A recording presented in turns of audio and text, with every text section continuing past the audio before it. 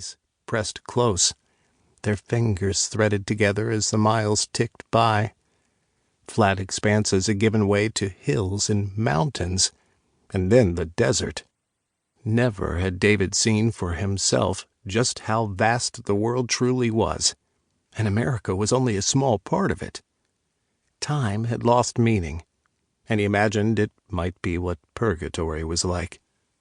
They'd watched the land go by through dingy glass, only stopping in bus stations choked with exhaust and rumbling engines. In the darkness of long nights broken by only the harsh glare of the station lights, David had felt like they might never get to San Francisco. It all seemed like some kind of dream. But now they were here. It was real. Isaac snorted and rolled toward him before falling quiet again, his lips still parted. With a smile, David folded his hands behind his head and watched.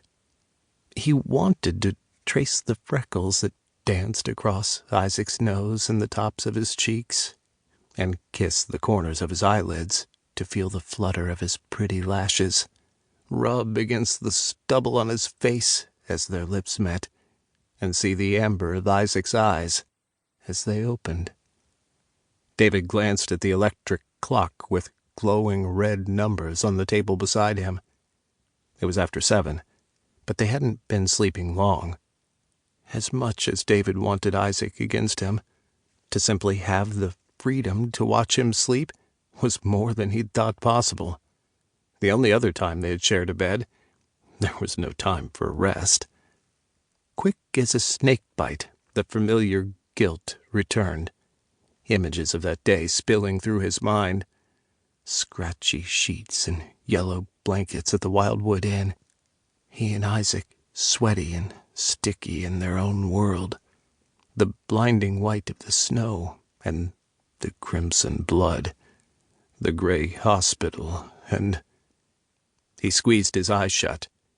No matter what anyone might say, the accident was his fault. If he'd resisted this selfish need to sneak away with Isaac, his mother never would have been hurt. Even if he gave her all his savings for the hospital bill, how would she and the girls get by on their own? It had been 3 days now. He tried to imagine what they were doing right that moment. Were they going on like usual, with washing and cooking and cleaning? What if Mary or Anna needed help with the sticky latch on the icehouse door? What of the barn work and the horses? Coffee could be a handful early in the mornings when he was grumpy and stubborn. David thought of the inadequate note he'd scrawled over a scrap of paper on the kitchen table. Isaac and I are going into the world. I will write soon, and please tell his parents he will too. June Baker has money for you. Coffee is there. I am sorry. He knew Mother wouldn't understand his choice. He would write her 1,000 letters, and it would never matter. He still heard the echo of her wail in church on Sunday before he and Isaac had run from Zebulon. Why does God punish me? It was the only time he could remember Mother showing such emotion, even when his brother and father died. To hear her dare question God's will still made him shiver.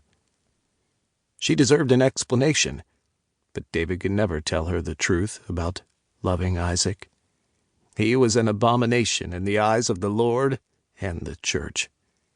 He thought of the English word he had heard in the movies. Gay. Mother could never understand it. That he had rejected the plain life was already, undoubtedly, a heartbreak for his family. If he told them who he really was... His chest tightened. They could never understand. It was unthinkable. He imagined it going one of 2 ways. Either they would do everything to convince him to repent and live a good Amish life, or they would shun him. Even if he wasn't officially Meidung and Zebulon, since he hadn't followed church, his family